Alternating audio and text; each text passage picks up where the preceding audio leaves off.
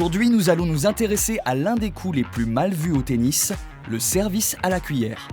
Et celui qui l'a rendu légendaire est bien sûr l'américain Michael Chang. À l'époque, le jeune prodige cumulait les records de précocité. À 15 ans, il est déjà dans le top 200 et il atteint le top 100 à peine 16 ans. Il est dans le top 5 lorsqu'il rencontre Lendl pour les huitièmes de finale de Roland-Garros en 1989. Le jeune tennisman n'est clairement pas le favori. Et pourtant, Lendl peine à lui arracher les 2 premiers sets. Dans la 3e manche, Chang va puiser dans ses dernières forces et s'impose 6-3. Le 4e set n'est pas non plus brillant pour Lendl car il est déstabilisé et très énervé. Il écope même 2 pénalités et cède cette manche 6-3. Mais Chang n'est pas du tout taillé pour une si longue partie et dans le 5e set, il est à l'agonie. Crampes et fatigue l'obligent à s'arrêter entre chaque point pour s'hydrater.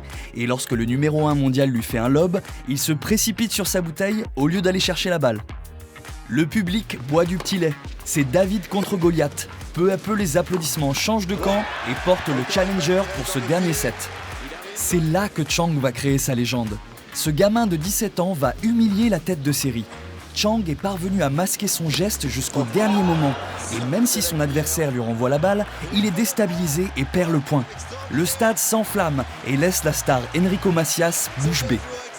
Quelques minutes plus tard, il poussera Lendl à la double faute en se plaçant juste derrière le carré de service. Il est 2 bons mètres dans le court. Voilà, Double faute, il a gagné. Victoire incroyable de Michael Chang. Il s'offre une victoire exceptionnelle qui ne sera qu'une marche vers la victoire du Grand Chelem la même année. Comme quoi, pour gagner Roland-Garros, il ne faut pas y aller avec le dos de la cuillère.